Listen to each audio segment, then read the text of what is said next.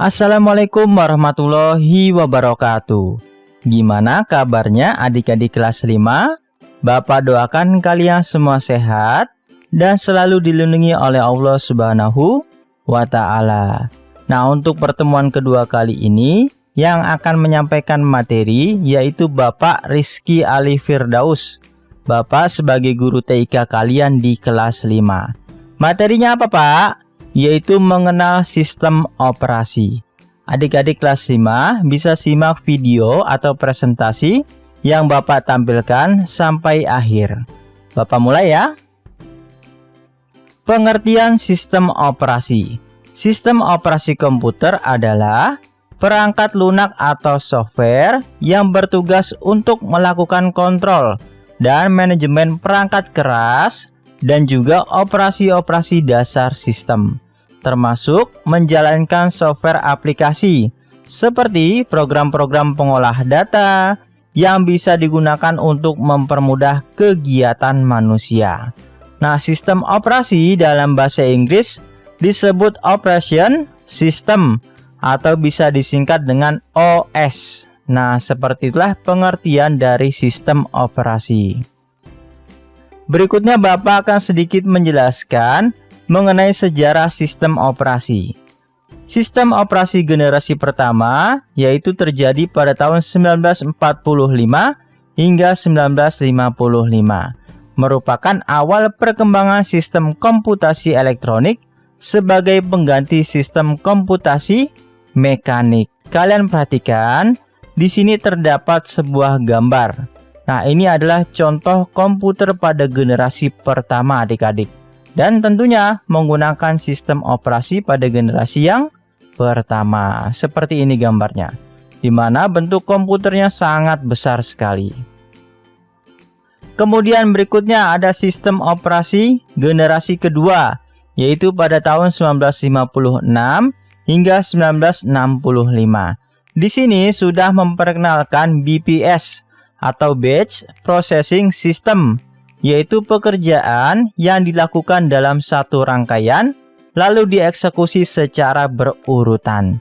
Contohnya, ini adalah contoh gambar komputer generasi kedua dan menggunakan sistem operasi generasi yang kedua. Seperti ini, di mana bentuknya sudah semakin kecil ya, walaupun tidak terlalu kecil. Oke. Sistem operasi yang ketiga atau generasi ketiga terjadi pada tahun 1966 hingga 1969.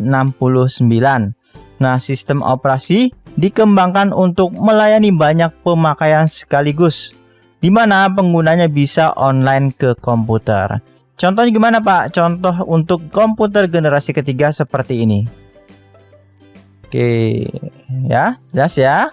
Kemudian sistem operasi generasi keempat terjadi pada 1980 ke atas hingga sekarang ya. Nah, digunakan untuk jaringan komputer, di mana keberadaan komputer yang saling terhubung satu dan lainnya. Contoh gambarnya seperti ini.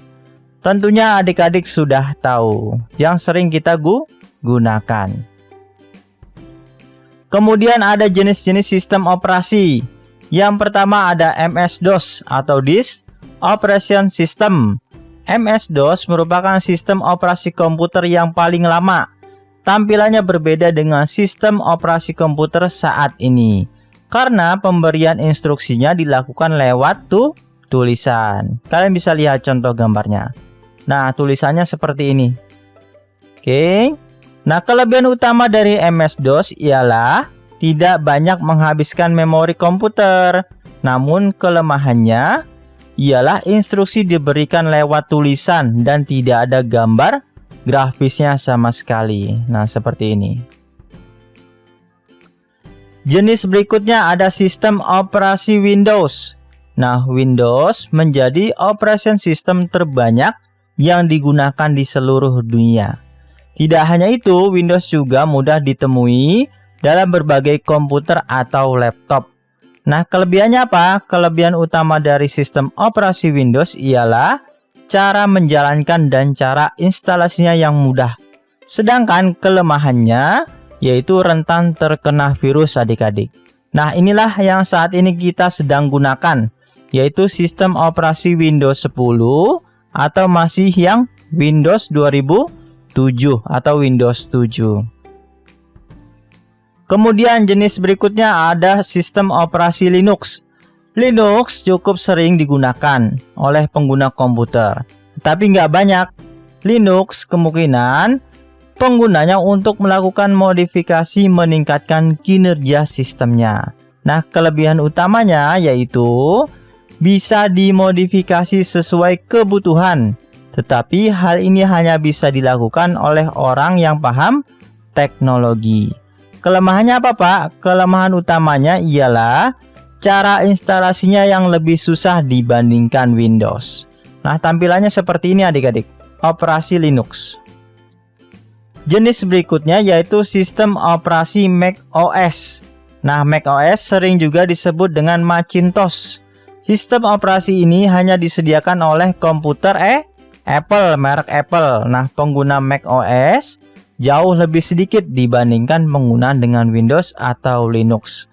Nah, kelebihan utamanya yaitu tidak mudah terkena virus, sedangkan kelemahannya yaitu menjalankan sistem operasinya agak lebih susah dibandingkan Windows dan Linux. Untuk tampilannya seperti ini. Oke, berikutnya fungsi utama dari sistem operasi. Fungsi utamanya yaitu mengelola sumber daya yang ada pada komputer. Selain itu, sistem operasi juga berfungsi untuk menyediakan layanan ke pengguna, sehingga bisa lebih mudah saat memanfaatkan berbagai sumber daya komputer.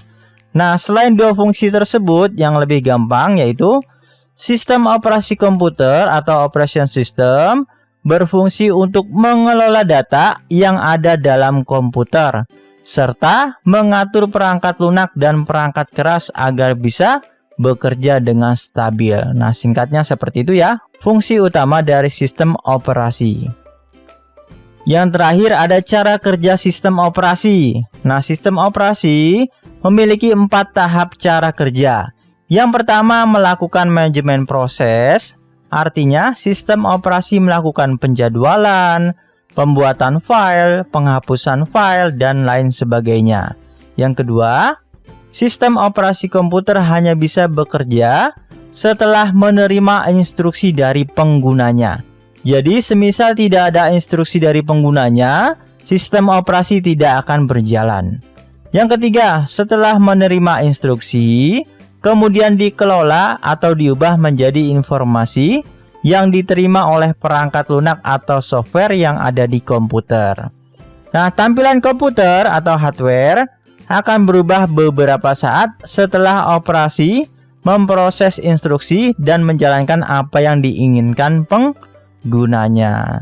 Semisal Bapak ingin membuka Microsoft Word, maka Bapak harus membuka atau mengklik dulu softwarenya, yaitu software Microsoft Word, baru akan terbuka software tersebut. Nah, seperti itu adik-adik. Oke, untuk pertemuan kali ini Bapak rasa cukup. Bagi yang belum jelas silahkan boleh diulang videonya. Untuk pertemuan kali ini Bapak cukupkan. Mohon maaf jika ada salah. Nah, adik-adik bisa WA atau kontak Bapak Rizky jika ada yang ingin ditanyakan. Sekian, semoga bermanfaat. Wassalamualaikum warahmatullahi wabarakatuh.